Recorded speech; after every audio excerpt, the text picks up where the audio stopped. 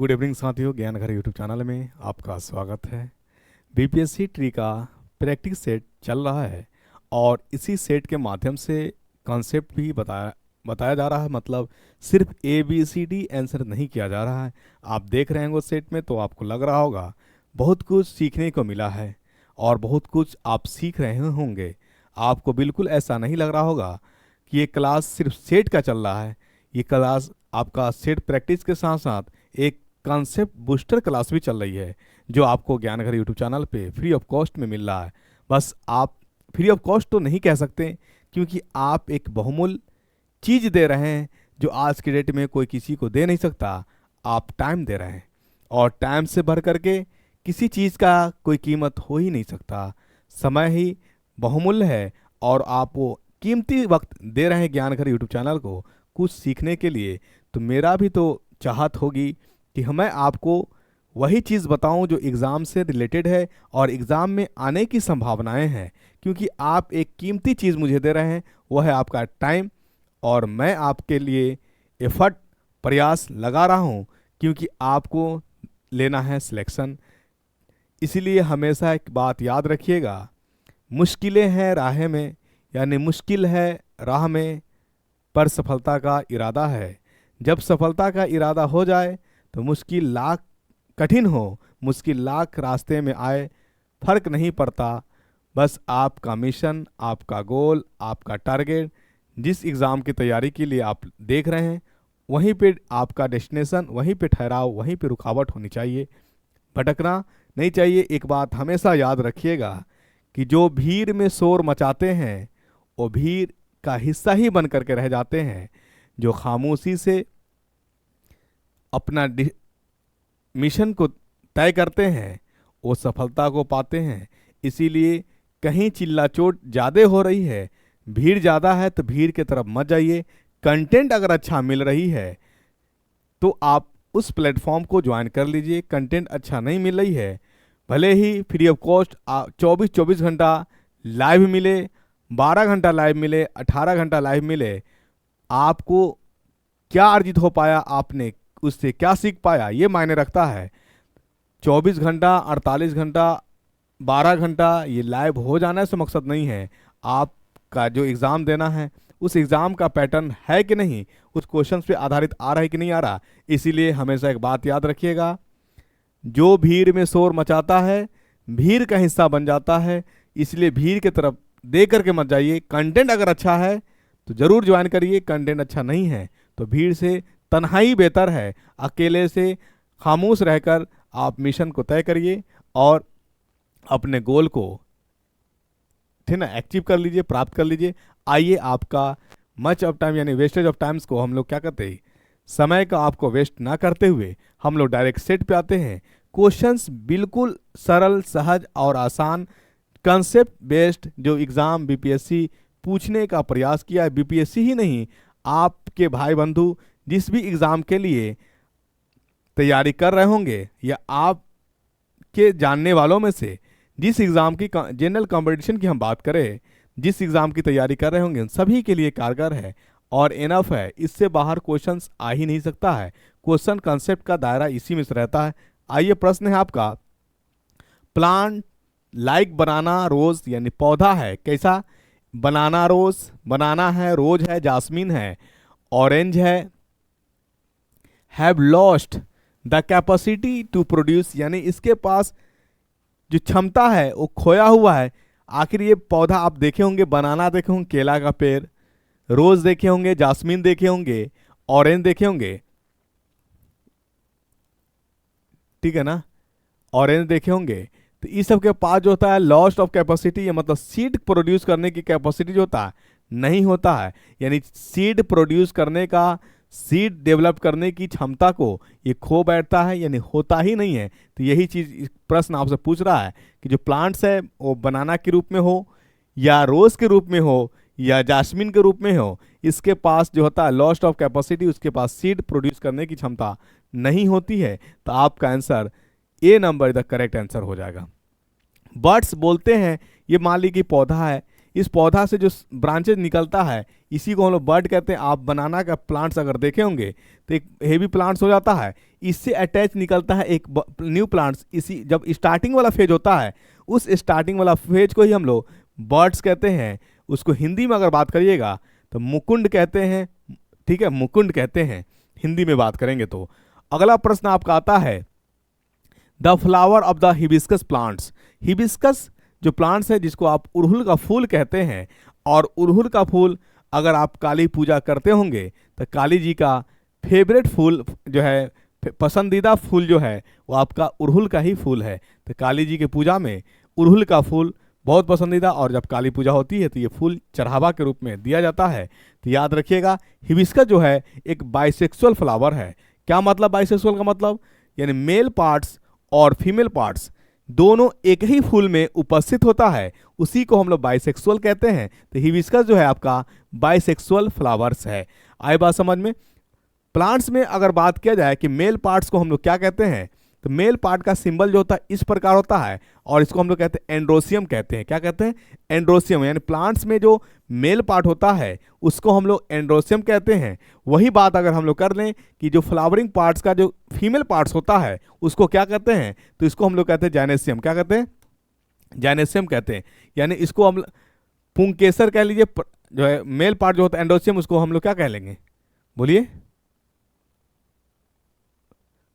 बोलिए परागन। और फीमेल पार्ट को हम लोग पुंकेसर कहते हैं हिंदी की अगर बात करें तो। हमको जहाँ तक लगता है कि विज्ञान में हिंदी का बहुत ज़्यादा जटिल हो जाता है, शुद्ध रूप से हिंदी अगर बोली जाए तो वो भी समझ पाना मुश्किल हो जाता है। बहरहाल कोई नहीं, बाइलिंगुअल में हम लोग चलें, आपका सिलेक्शन लेना है। क्वेश्चन तो हिंदी और इंग्लिश दोनों में रहेगा, जहाँ कन्फ्यूजन होगा इंग्लिश देख लीजिएगा। और याद रहे जब भी क्वेश्चंस में अगर त्रुटि आएगा इंग्लिश के ही हिसाब से देखा जाए, अगर इंग्लिश में सही लिखा हुआ है हिंदी में गलत हो जाएगा तो हिंदी वाले को रिजेक्ट किया जाएगा और इंग्लिश के हिसाब से उसको सही माना जाएगा। इसलिए अगर कोई ऑप्शन में त्रुटि आए तो जस्ट आप जो है इंग्लिश की तरफ देख जाइएगा, मूव कराइएगा। ठीक है, चलिए अगला प्रश्न है आपका during favourable condition amoeba reproduce by. यानी कह रहा फेवरेबल कंडीशन का मतलब पसंदीदा जब मौसम मिलेगा तो अमीबा जो है वो रिप्रोड्यूस कर जाएगा, प्रजनन करेगा। तो अमीबा में जो प्रजनन होता है तो याद रखिएगा बाइनरी फिजन के द्वारा होता है। किसके द्वारा होता है? बाइनरी फिजन के द्वारा होता है। ठीक है, बाइनरी फिजन के द्वारा होता है। यानी बाइनरी का मतलब क्या हुआ कि जब अमीबा मैच्योर हो जाता है, यानी अमीबा का इस शेप जो होता है कुछ इस प्रकार, क्योंकि अमीबा का शेप जो होता है फिक्स नहीं होता है, तो कुछ इस प्रकार अमीबा का होता है रूपरेखा। ये जब मैच्योर हो जाता है, मैच्योर होने के बाद अमीबा जो होता है दो बाटों में ब्रेक कर जाता है, दो इक्वल पार्ट्स में ब्रेक कर जाता है। ये अमीबा के ये पार्ट्स के रिस्पेक्ट में ये कहलाएगा पेरेंट्स, और इसके रिस्पेक्ट में ये कहलाएगा डॉटर। यानी डॉटर सेल ही क्यों पड़ा गया, यानी डॉटर सेल इसलिए नाम पड़ा क्योंकि डॉटर को ही प्रोड्यूस करने की टेंडेंसी होती है, इसलिए एक पेरेंट से टू डॉटर सेल्स बना। दैट मेथड और this types of division is called binary fissions. यानी अमीबा में जो मोड ऑफ रिप्रोडक्शन होता है अलैंगिक होता है, असेक्सुअल होता है, और उसमें जो तरीक़े अपनाए जाते हैं जो जिस प्रकार होता है। फिजन की बात अगर करिएगा तो इसको हम लोग हिंदी में कहते हैं मुकुलन। क्या कहते हैं? मुकुलन। तो बाइनरी मतलब दो मुकुलन हो गया, इसलिए आप याद रखिएगा अमीबा में जो रिप्रोडक्शन होता है बाइनरी फिजन्स होता है। ठीक है, बडिंग की बात करिएगा तो बडिंग का उदाहरण जो है आपका, बडिंग का जो उदाहरण है याद रखिएगा हाइड्रा। और बहुत साथी हाइड्रा के बारे में नहीं समझ पाते हैं, हाइड्रा को बहुत लोग कह देता है ये प्लांट्स है। क्या है? प्लांट्स है, बट हाइड्रा प्लांट्स नहीं, हाइड्रा एनिमल्स है, एक्वेटिक एनिमल्स है, यूनिसेलुलर एक्वेटिक एनिमल्स है। ये भी आप बात याद रखिएगा। बहुत साथी अक्सर मैंने देखा यहाँ तक कि नीट ड्रॉपर बच्चों को भी ये क्लासिफिकेशन नहीं हो पाता है, और वो भी कन्फ्यूजन में फंस जाते हैं कि व्हाट इज हाइड्रा। उनसे पूछिएगा तो हाइड्रा को प्लांट की कैटेगरी में डाल देता है, बट कि हाइड्रा प्लांट्स नहीं है, ये एनिमल्स है। कैसा एनिमल्स है? एक कोशिकीय एनिमल्स है और जल में रहने वाला एक्वेटिक्स है। आए बात समझ में। मल्टीपल फिजन की बात किया जाए तो इसमें भी mode of asexual he reproduction होता है। अलैंगिक जनन उसमें होगा जो मेल बॉडी को फीमेल की जरूरत नहीं और फीमेल बॉडी को मेल, यानी एक ही बॉडी से रिप्रोड्यूस होने की टेंडेंसी होता है। उसी में जो मोड ऑफ रिप्रोडक्शन होता है उसको हम लोग एसेक्सुअल कहते हैं। और जो आपके पास चार जो ऑप्शन दिख रहा है, ये चारों के चारों मोड ऑफ रिप्रोडक्शन जो होता है असेक्सुअल का ही है। अलैंगिक जनन का मल्टीपल फिजन की बात अगर करिएगा तो ये इसका उदाहरण है प्लाज्मोडियम। क्या नाम है? उदाहरण प्लाज्मोडियम है। और इस प्लाज्मोडियम में ही एक चीज है, उस प्रोटोजोआ फैमिली से ही आता है, उसका नाम है लेशमानिया। क्या नाम है? लेशमानिया। लेशमानिया के कारण एक बीमारी उत्पन्न होती है, उस बीमारी का नाम होता है कालाजार। क्या होता है नाम? यानी इसके अंदर आने वाला एक है लेशमानिया। क्या है? लिस्मानिया। और लिस्मानिया के कारण ही एक बीमारी उत्पन्न होती है, उस बीमारी का नाम है कालाजार। कालाजार क्या है? तो कालाजार एक बहुत पहले, मतलब आप याद रखिए 50 साल 100 साल पहले जो है, कालाजार एक वबा के रूप में जाना जाता था।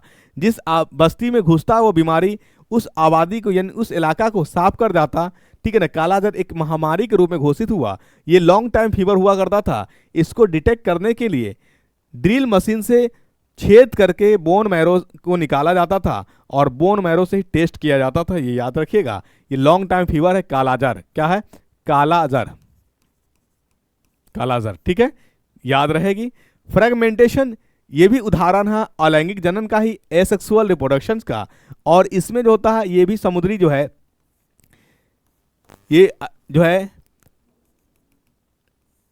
प्लांट्स है, ठीक है, सीढ़ी नुमा होता है। कैसा होता है? सीढ़ी नुमा होता है। इसके अंदर एक क्षमता क्या होता है कि अगर ये पार्ट टूट जाए, क्या हो जाए?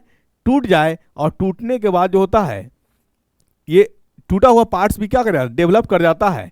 तो ये जो मेथड होता है, टूटा हुआ पार्ट्स भी पेरेंट्स की तरह हो जाए और पेरेंट्स से टूटा हुआ भाग वो भी आप पुराना जो है पुराना शेप में आ जाए, उसको हम लोग कहते हैं फ्रेगमेंटेशन। और इसका फ्रेगमेंटेशन का उदाहरण है स्पाइरोगारा। याद रखे होंगे आप, स्पाइरोगारा क्या है? ये this is the example of spirogyra. ये स्पाइरोगारा इसको कहते हैं, सीढ़ी नुमा शेप होता है स्पाइरोगारा। ये सब समुद्री है। शायद आप देखे होंगे कि नहीं देखे होंगे, मैंने तो नहीं देखा, मैं किताब को देख करके ही बता पा रहा हूं। ठीक है, चलिए ये सारी चीजें हो गए, आगे हम लोग बढ़ते हैं। A feature of reproduction that is common to amoeba, yeast and Spirogyra is the, देखिए यानी अभी अमीबा जो है यूनिपेरेंटल्स है। ईस्ट की बात करिएगा, ईस्ट भी यूनिपेरेंटल्स है। और स्पाइरोगारा तो मैं अभी बताया आपको, अमीबा में जो होता है बाइनरी फिजन, ईस्ट में जो होगा, ईस्ट में जो होता है आपका बडिंग से होता है। नहीं मालूम लिख लीजिएगा, ईस्ट और हाइड्रा में बडिंग मेथड है। और स्पाइरोगारा की बात करिएगा तो अभी आपने पढ़ा फ्रेगमेंटेशन। ये सब के सब असेक्सुअल रिप्रोडक्शन, अलैंगिक जनन की बात करती है। तो ऑप्शन क्या? They reproduce asexually, they are all unicellular. तो ये सब यूनिसेलुलर तो जरूर है। They reproduce only sexually, they are all multicellular. तो आपका आंसर रिप्रोड्यूस की बात कर रहा है रिप्रोडक्शन पे, तो आप हमारा फीचर सेल की तरफ नहीं जाएगा, ओनली रिप्रोड्यूस की तरफ जाएगा। और ए का आंसर 4 का ए, दे रिप्रोड्यूस एसेक्सुअल, ये रिप्रोड्यूस कर सकते हैं, अलैंगिक करेंगे। ठीक, अगला प्रश्न आइए। Any substance made up of multiple repeating units called polymers is refer to as a polymer, उसको क्या बोलिएगा? तो अब देखिए, जब कोई आप देखिए पॉली प्लस मर का मतलब होता पार्ट। जब एक एक चीज मिल करके एक एक पार्ट जब आपस में कलेक्ट हो जाते हैं, चैन बना लेते हैं, उसी को हम लोग मर्स कहते हैं, पॉलीमर्स कहते हैं। तो पॉली तो आपको दे दिया है, और एक पार्ट जो है रेफर जो है पॉली और प्लस मर्स, पॉलीमर्स हो जाएगा। तो आपका आंसर ए हो जाएगा। मर का मतलब होता पार्ट, कई पार्ट आपस में इकट्ठा हो करके कलेक्ट हो करके और जो स्ट्रक्चर एक कंप्लीट संरचना बनाएगी, लॉन्ग चैन, बड़ा चैन, उसी को हम लोग पॉलीमर कहते हैं। ठीक है, आइए अगला प्रश्न आपका है, विच of the following polymers does not fall within the configuration categories, यानी डज नॉट फॉल, पॉलीमर्स की ही बात कर रहा है। तो देख लीजिए, क्रॉस लिंक आपस में तो होते हैं, आइसोटैक्टिक, एटैक्टिक, सिंडियोटिक नहीं, ये आपका ऑप्शन क्रॉस लिंकेज हो सकता था, है ना। उसके बाद क्या है, कंडेंसेशन हो सकता था, सेडिमेंटेशन हो सकता था। तो ऑप्शन गलत है, यानी क्रॉस लिंक्ड हो गया आपका। कंडेंसेशन हो सकता था, कंडेंसेशन मतलब जब किसी पॉलीमर से छोटे मॉलिक्यूल्स का लॉस होता है उसको हम लोग कंडेंसेशन कहते हैं। और किसी पॉलीमर से वाटर का लॉस होना ही क्या कहलाता? कंडेंसेशन कहलाता। सिंथेसिस भी कह सकते हैं आपको, ठीक है ना। और इसको क्या कह सकते हैं? आइसोटेटिक नहीं, इसको आप लिख सकते हैं ब्रांच्ड पॉलीमर, ब्रांच्ड पॉलीमर। ठीक है, तो इसका जो correct answer polymer not fall within the configuration category यानी cross link the correct answer आपका इसका आंसर हो जाएगा। ये ऑप्शन को मैंने कंप्लीट करने के लिए दे दिया है। ठीक है, चलिए अगला प्रश्न आपका क्या है, find the potential energy store in a ball of mass 5 kg है, placed at a height of 3 metre above the ground. Potential energy आपसे पूछ रहा है। पोटेंशियल एनर्जी को हिंदी में कहते हैं, क्या कहते हैं बोलिए? स्थितिज ऊर्जा। पोटेंशियल मतलब स्थिति, स्थितिज ऊर्जा, काइनेटिक मतलब गतिज ऊर्जा। स्थितिज ऊर्जा का फॉर्मूला जो होता है P, इसका फॉर्मूला होता है mgh। क्या होता है? mgh। मास दे रखा पार्टिकल्स का 5 kg है, g का मान होता है 9.8 मीटर पर सेकेंड, और हाइट आपका दे रखा 3, मल्टीप्लाई करिए आपका 3 5 15, 15 इंटू 9.8 तो क्या हो जाएगा? अगर इसको अप्रोक्स हम लोग 10 मानते तो कितना हो जाता? 150। तो हम अब 9.8 लिए तो इसका मतलब 150 से कम होगा। तो ऑप्शन किस में देख रहा है? 150 से कम। आप ऐसे भी आंसर मान सकते थे अगर कैलकुलेशन में मिस्टेक आपका है तो, क्योंकि अगर हम 10 लेते तो हमारा 150 हो जाता। 9.8 है, इसका मतलब 150 से कम आएगा हमारा। तो आंसर हमारा एक ही ऑप्शन दिख रहा था, क्या? 147.15। What is the power utilize when work of 1000 joule is done in 2 second. कह रहा आपसे, क्या कर रहा है? व्हाट इज द पावर, यानी शक्ति क्या यूटिलाइज हो पाएगा जब आपका वर्क कितना दे रखा? 1000 जूल, और टाइम कितना देर ले रहे हैं, यानी आप 2 सेकेंड तक काम कर रहे हैं 1000 जूल से, तो पावर कितना कंजम्पशन होगा ये बताना है मुझे। तो पावर का फॉर्मूला होता है शक्ति वर्क बाई टाइम, कार्य बाई समय, वर्क बाई टाइम। तो वर्क का वैल्यू कितना है? 100, और टाइम कितना लिया आप? 2 सेकेंड। काटिएगा तो ये आपका हो जाएगा 500। वाट का पावर का ऐसा मात्रक होता है वाट, तो लगेगा हमारा वाट, क्या लग जाएगा ये? 500 W। ठीक है ना, 500 W। क्लियर? यूनिट पे ध्यान देते जाएंगे, यूनिट बनते जाएगा।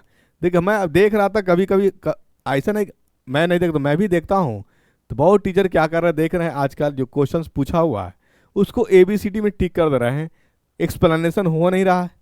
और एक्सप्लेनेशन वो ABCD टिक करके क्या करिएगा? क्वेश्चन जरूरी थोड़ी कि रिपीट करेगा, क्वेश्चन उसी प्रकार का पूछा जरूर जा सकता है, तो आप एक्सप्लेनेशन करिए। मैथ में भी मैं देखता हूं कि इसी तरह से ABCD टिक मार दे रहा है, सब गलत बात है। ठीक है, आइए, विच of the following is not a thermoplastic example. देखिए थर्मोप्लास्टिक कहने का मतलब होता क्या? एक होता है थर्मोसेटिंग और एक होता है थर्मोप्लास्टिक।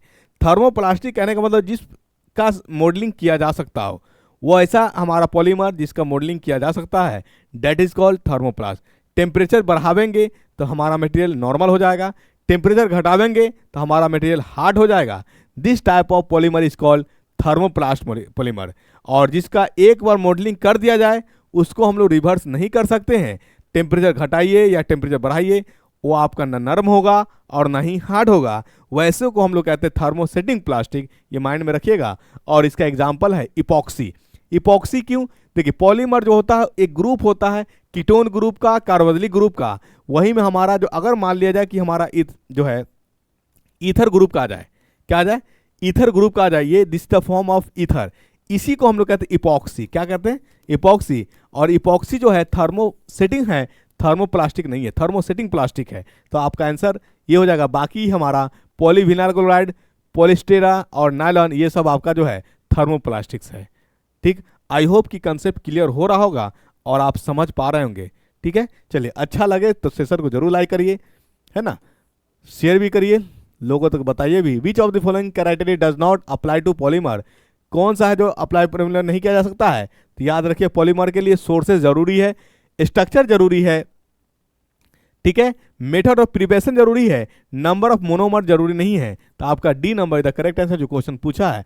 जो पॉलीमर के लिए क्या क्राइटेरिया नहीं है, तो क्या नहीं है? Number of monomers. चलिए अगला प्रश्न आइए। What is the form when zinc react with sodium hydroxide. कह रहा है कि जिंक रिएक्ट करेगा किससे? सोडियम हाइड्रोक्साइड से। तो क्या फॉर्म करेगा, क्या बनेगा जब जिंक सोडियम हाइड्रोक्साइड से अभिक्रिया करेगी? तो जिंक का सिंबल ये, सोडियम हाइड्रोक्साइड का सिंबल NaOH। ये कंपाउंड्स, सोडियम हाइड्रोक्साइड का दूसरा नाम कॉस्टिक सोडा भी है। क्या है? कॉस्टिक सोडा भी, सोडियम हाइड्रोक्साइड का दूसरा नाम कॉस्टिक सोडा भी है। तो ये जो है रिएक्टिव, सोडियम और जिंक की बात करिएगा तो जिंक से ज़्यादा अभिक्रियाशील सोडियम है, तो सोडियम को ये जिंक जो है डिस्प्लेस नहीं कर पाएगा, विस्थापित नहीं कर पाएगा। तो क्या करेगा, ये दोनों आपस में समझौता करेगा कि भाई तू भी आ जा और मैं भी आ जाता हूँ, क्योंकि मुझ में ये क्षमता नहीं है कि तुम्हें OH से भगा सकूं, और मुझे ये अच्छा भी नहीं लग रहा है क्योंकि तुमसे ज़्यादा रिएक्टिव मैं हूँ। ठीक है, तो जगह बनाना तो इसमें चाह रहा है, लेकिन सोडियम हट करके नहीं, सोडियम के साथ जगह बनाना चाह रहा है। तो इसका एक नाम हमारा बनेगा, क्या बनेगा, Na2ZnO2। ठीक है, प्लस यहाँ से 2 से मल्टीप्लाई करेंगे तो हमारा ऑक्सीजन वहाँ 2 हो जाएगा, तो ऑक्सीजन 2 तो यहाँ इस्तेमाल हो गया, सोडियम हमारा 2 इस्तेमाल हो गया, जिंक हमारा 1 इस्तेमाल हो गया, बच गया हमारा सिर्फ हाइड्रोजन, तो हाइड्रोजन गैस मुक्त होगा। इसका नाम, अगर एक 2 मेटल एक कंपाउंड में एग्जिस्ट कर जाए तो मोर रिएक्टिव वाला का जो नाम होगा, यानी अधिक क्रियाशील वाला का जो नाम है वही नाम रहेगा, और उससे कम क्रियाशील वाला जो मेटल्स होगा, धातु होगा, उसका नाम बदल जाएगा। तो यहाँ पे नाम रहेगा, जिंक का जिंक नहीं कहेंगे, जिंकेट कहेंगे। क्या कहेंगे, जिंकेट कहेंगे। देखिए ये सब कंसेप्ट वाली चीज़ें हैं, और आप सोचिएगा कि यूट्यूब पे जो पढ़ा रहा है 12-12 घंटा 24-24 घंटा लाइव, और सोचिएगा कि वहाँ ये सब कंसेप्ट क्लियर हो जाए, ये आपकी भूल है, ये भ्रम है। आप 12 घंटा पढ़ लीजिए, 18 घंटा पढ़ लीजिए, कंसेप्ट क्लियर होगा ही नहीं, फिर वही रोना रोइएगा, सिलेक्शन नहीं हो पाएगा। क्योंकि जो क्वेश्चंस का जो ट्रेंड है, जो तालमेल है, उस आधार पर पढ़ाया ही नहीं जा रहा। इसीलिए आपका समय बहुत बहुमूल्य है। मैं बार बार आपसे रिक्वेस्ट कर रहा हूं, और शायद आप वीडियो को देख रहे हैं कि नहीं देख रहे कंप्लीट, वो आप जानिए, भगवान जाने, ठीक है ना। लेकिन आपके लिए मैं चिंतित हूं, और आपके प्रति मैं उसी तरह से क्वेश्चंस को लेकर के आ रहा हूं। एक बात हमेशा माइंड में रखिए, क्या जब 2 धातु एक कंपाउंड में आ जाए तो आप देख लीजिएगा कि दोनों में अति क्रियाशील कौन है। तो अति क्रियाशील हमारे पास जो है लिथियम है, लिथियम के बाद हमारा पास पोटेशियम है, पोटेशियम के बाद सोडियम है, ठीक है, सोडियम के बाद मैग्नीशियम है। ये सब हमारा अति क्रियाशील है। अगर ये सब है हमारा कंपाउंड में रहेगा तो इसका जो नाम है वही नाम रहेगा। इससे कम क्रियाशील वाला अगर आएगा, जैसे मान लीजिए कि सोडियम के बाद कौन है, लिथियम के बाद हमारा पोटेशियम है। अगर पोटेशियम है तो पोटेशियम का नाम क्या है, दोनों रिएक्टिव तो एक साथ रहेगा नहीं। अगर इसमें से अगर मान लो कि हमारा मैग्नीशियम है और जिंक है, तो जिंक का नाम हमारा जिंकेट हो जाएगा, मैग्नीशियम का नाम मैग्नीशियम है, चूंकि इससे कम अधिक क्रियाशील है। ठीक है, आई बात समझ में। सोडियम और मैग्नीशियम में होगा तो सोडियम हमारा क्या है, अति क्रियाशील है, मैग्नीशियम कब क्रियाशील, तो मैग्नीशियम का नाम में मैग्नीटियम लग जाएगा, है ना। तो ये याद रखिएगा। तो इसका नाम हमारा पड़ेगा सोडियम जिंकेट। क्या नाम पड़ेगा, सोडियम जिंकेट और हाइड्रोजन गैस। तो आंसर क्या हो जाएगा, बोलिए, sodium zincate and hydrogen gas. B number is the correct answer. The period during 12 number questions, the period during adolescence when the reproductive tissues begin to mature is called. यानी कह रहा है कि जब पीरियड, जो वो पीरियड क्या कहलाता है, एडोलसेंस वाला, जो reproductive tissue begin to mature होता है, यानी रिप्रोडक्टिव टिश्यू जो है, रिप्रोडक्टिव उत्तक जो है वो परिपक्व होता है, मैच्योर होता है, तो उस फेज को हम लोग कहते हैं पवर्टी, किशोर अवस्था। क्या कहते हैं, puberty. B number is the correct answer. इसकी हिंदी की बात करिएगा, किशोरावस्था कहते हैं इसको। क्या कहते हैं, किशोरावस्था। ठीक है, चलिए अगला प्रश्न आपका 13 नंबर है। In human being the fertilization occurs in the, यानी ह्यूमन बीइंग में फर्टिलाइजेशन जो होता है, निषेचन कहाँ पे संपन्न होता है, तो याद रखिएगा फॉलोपियन ट्यूब। कहाँ होता है, फॉलोपियन ट्यूब में होता। ठीक है, चलिए फॉलोपियन ट्यूब किसमें पाया जाता है, तो ऑब्वियस बात है फर्टिलाइजेशन किसमें होता है, मेल में कि फीमेल में, बोलिए, मेल में, फीमेल में, महामहिम फीमेल में, फॉलोपियन ट्यूब फीमेल में पाया जाएगा। ठीक है, चलिए resistivity of a wire depends on, resistivity of wire, यानी रेजिस्टिविटी ऑफ वायर जो है किस पे डिपेंड करता है, आप फॉर्मूला मैंने बताया था आपको, आर बराबर होता है रो एल बाई ए, जहाँ आर को हम लोग रेजिस्टेंस कहते हैं और रो को हम लोग रेजिस्टिविटी कहते हैं। तो रेजिस्टिविटी को रोकिएगा तो क्या हो जाएगा, R into A by L. बताइए, प्रतिरोध पे भी डिपेंड किया, एरिया पे भी डिपेंड किया, लेंथ पे भी डिपेंड किया। इसका मतलब प्रतिरोध का मतलब बोले तो मटेरियल, प्रतिरोध बोले तो मटेरियल, जैसा मटेरियल होगा वैसा प्रतिरोध होगा। तो इसका मतलब रेजिस्टिविटी हमारा निर्भर करता है मटेरियल पर भी, रेजिस्टिविटी हमारा निर्भर करता है एरिया पे भी, और रेजिस्टिविटी हमारा निर्भर करता है लेंथ पे भी। लेंथ ज़्यादा होगा रेजिस्टिविटी कम होगा, सॉरी, लेंथ ज़्यादा होगा तो रेजिस्टिविटी क्या होगा हमारा, यहाँ ना उल्टा है ना, हाँ यहाँ देखिए रेजिस्टेंस की बात, रेजिस्टिविटी में देखिएगा तो इन्वर्सली प्रोपोर्शनल का रिलेशन है, यानी व्युत्क्रमानुपाती है। जब हमारा रेजिस्टिविटी बढ़ेगा तो लेंथ घटेगा, लेंथ बढ़ेगा तो रेजिस्टिविटी घटेगा, ये सब संबंध माइंड में रखिएगा, व्युत्क्रमानुपाती का है, ठीक है। थ्री रेजिस्टेंस, अगला क्वेश्चन देखिए तो यानी आंसर क्या हो जाएगा इसका 14 का all of this. 15 number question देखिए, three resistance of 30 ohm 15 ohm and 5 ohm are connected in parallel, their combined resistance will be, यानी आपसे कह रहा है कि किस में कनेक्ट करना है, पैरेलल में करना है, तो पैरेलल में करिए कनेक्टेड, पैरेलल में कनेक्ट करिए। क्या है फॉर्मूला पैरेलल में, 3 प्रतिरोध दिया हुआ आपका, एक ये, एक ये, एक ये, तीनों को किस में कनेक्ट करिएगा, पैरेलल में। तो पैरेलल में हमारा एक का वैल्यू है 30, एक का वैल्यू है 15, एक का वैल्यू 5।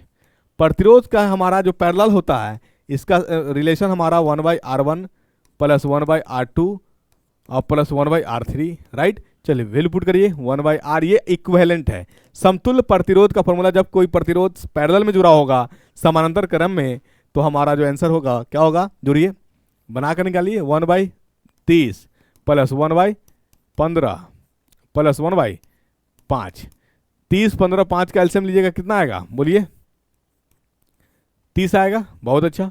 ये 1 हो जाएगा, ये 2 हो जाएगा, ये +6 हो जाएगा, तो कितना हो जाएगा बोला जाए, कितना 30 और 15 का एलसीएम 30 ना आएगा, 30 है 15 और 5, 5 से काटिए, 5 छक 30, 5 ये 15, 5 एक 5, ओ गड़बड़ है, 3 से काटिए तो 3 दूना 6, 3 एक 3, तो 3 ना 30 तो है, गड़बड़ कहाँ, ठीक है किए। चलिए तो क्या हो जाएगा बताइए,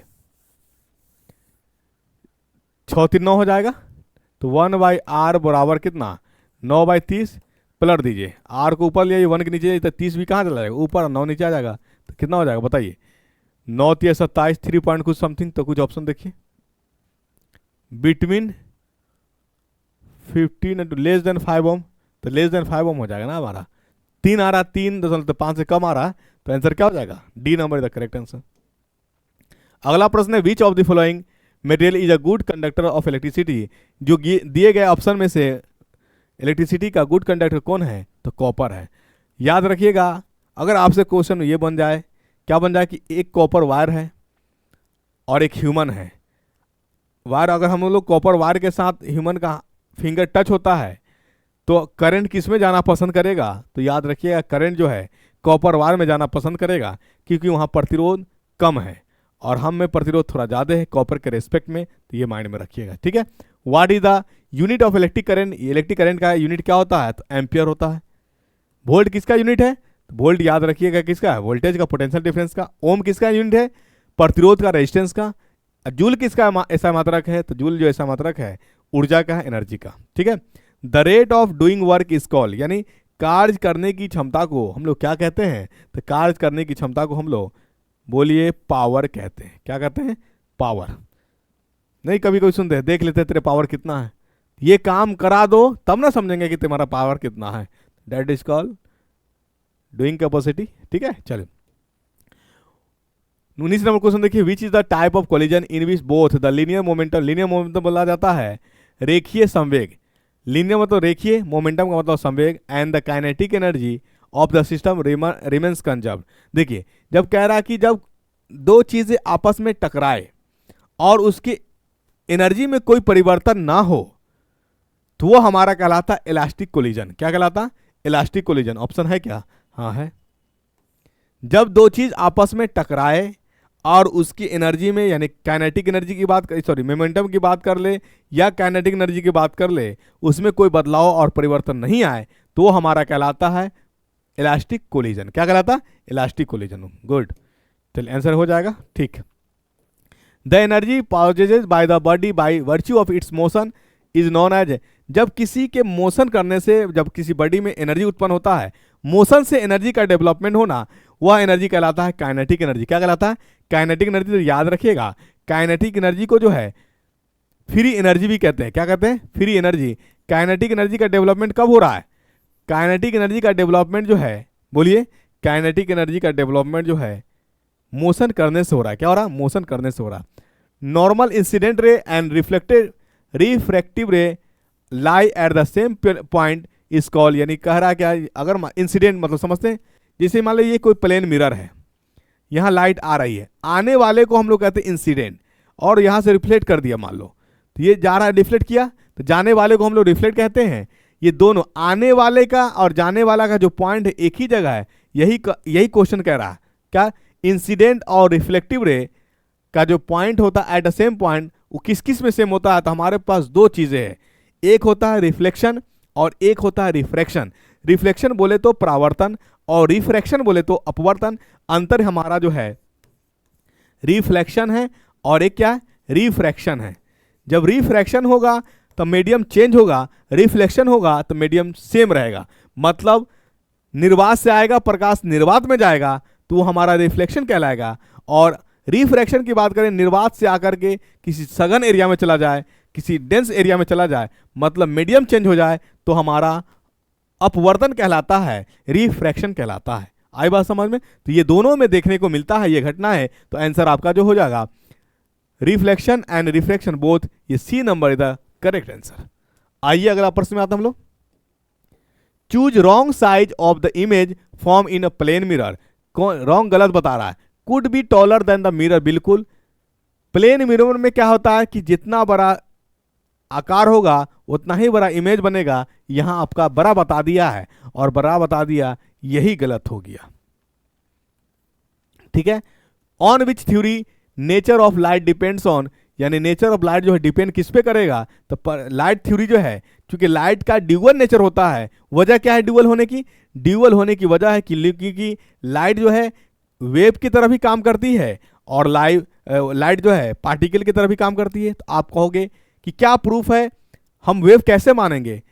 तो मेरे साथियों, जिस लाइट से इमेज बनता है, जिस लाइट से शैडो बनता है, वह लाइट है हमारा वेव। जिससे शैडो नहीं बनता है वो हमारा है पार्टिकल। आई बात समझ में? लेकिन जब आप 12th के अंदर आगे डेप्थ में पढ़ेंगे तो एक आता है डी ब्रोगली इक्वेशंस, वहां पार्टिकल से भी इमेज बना था, तो अलग चीजें हैं। लेकिन आपके अनुसार यह क्वेश्चन जो बनेगा, क्वेश्चंस जो बनेगा तो पार्टिकल और वेव में यही, जिस लाइट से, यानी जिस लाइट से शैडो बनेगा वो लाइट हमारा वेव कहलाएगा, और जिससे शैडो नहीं बनेगा वो हमारा पार्टिकल कहलाएगा। तो याद रखिएगा। और लाइट जो होता है ड्यूअल नेचर, वेव नेचर भी और पार्टिकल नेचर, तो इसीलिए इसका हमारा पार्टिकल थ्योरी भी कहा गया, और वेव थ्योरी के ही अनुसार पढ़ेंगे तो ये हमारा जो है C number is the correct answer light के।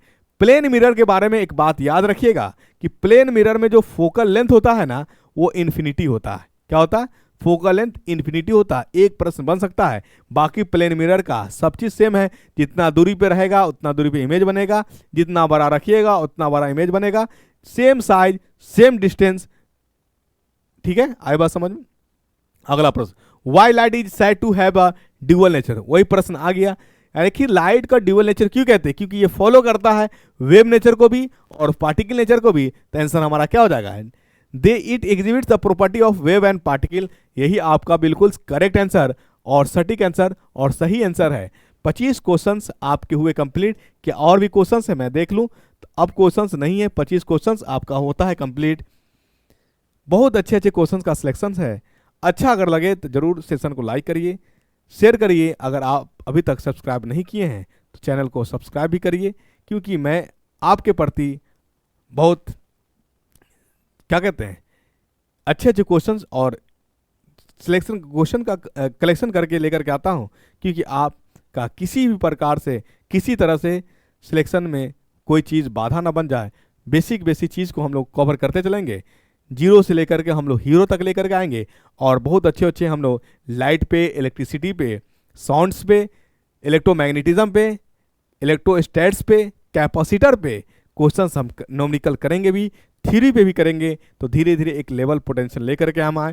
क्वेश्चंस को हम लोग न्यूमेरिकल जहाँ जहाँ बीपीएससी क्वेश्चंस को जहाँ जहाँ से पूछ रही है सारे को हम लोग कवर करेंगे। बिल्कुल आप घबरा नहीं, ज्ञान घर यूट्यूब चैनल से बने रहें।